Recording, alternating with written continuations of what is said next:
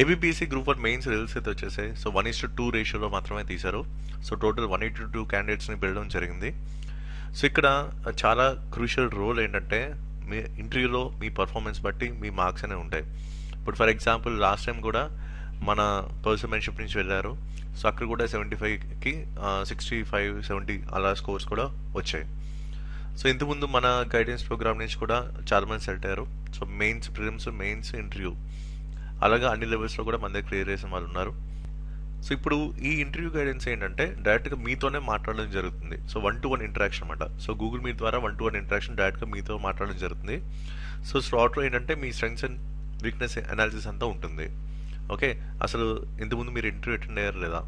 Okay, ఒకవేళ interview attend అయితే ఏమైంది? ఓకే, సో అక్కడ పాజిటివ్ సైడ్ ఏంటి, నెగిటివ్ సైడ్ ఏంటి? సో ఇవన్నీ కూడా అనాలిసిస్ అయితే కాన్సెప్ట్ చేస్తాం. ఆ తర్వాత స్టార్ మెథడ్ అని ఉంటుంది. ఓకే, ఇది చాలా బాగా హెల్ప్ అవుతుంది.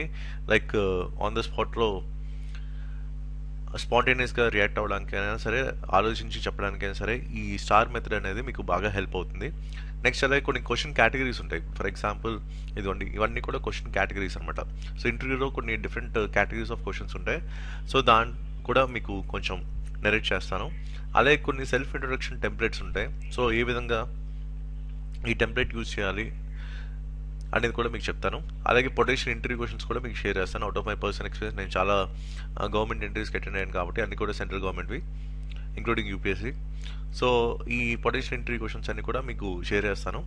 అలాగే డ్యూటీస్ అండ్ రెస్పాన్సిబిలిటీస్, ఎందుకంటే రేపటి రోజు మీరు ఏ పొజిషన్కి అయితే మీరు అప్లై చేశారో సో వాటి తరగతి డ్యూటీస్ అండ్ రెస్పాన్సిబిలిటీస్ కూడా మీకు తెలియాలి. అవి కూడా మీకు కొంత షేర్ చేస్తాను.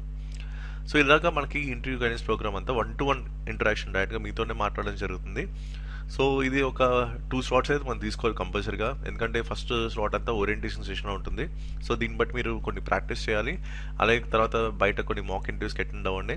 ఆ తర్వాత వాళ్ళు ఇచ్చిన ఫీడ్బ్యాక్ అండ్ మీరు అక్కడ ఎలా రియాక్ట్ అవుతున్నారు అనేది కూడా మనం ఒకసారి ఇంటర్వ్యూకి మీరు వెళ్ళే ముందు, ఒక ఇంటర్వ్యూకి వెళ్ళే ఒక 2-3 డేస్ ముందు మళ్ళీ ఒకసారి మనం ఒక 1 అవర్ కూర్చుంటే సార్ట్అవుట్ చేయొచ్చు.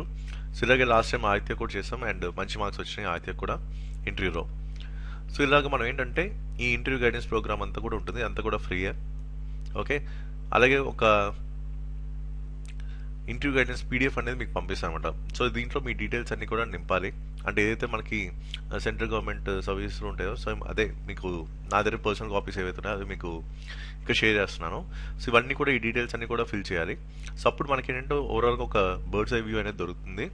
అండ్ దాన్ని బట్టి మీ ప్రొఫైల్ అనాలిసిస్ కానీ లేకపోతే ఫర్దర్ మనకి ఏంటంటే ఏపీఎస్సీ చైర్మన్, సెక్రటరీ ప్రొఫైల్ ఎలా అనలైజ్ చేయాలి, అలాగే ఏపీఎస్సీ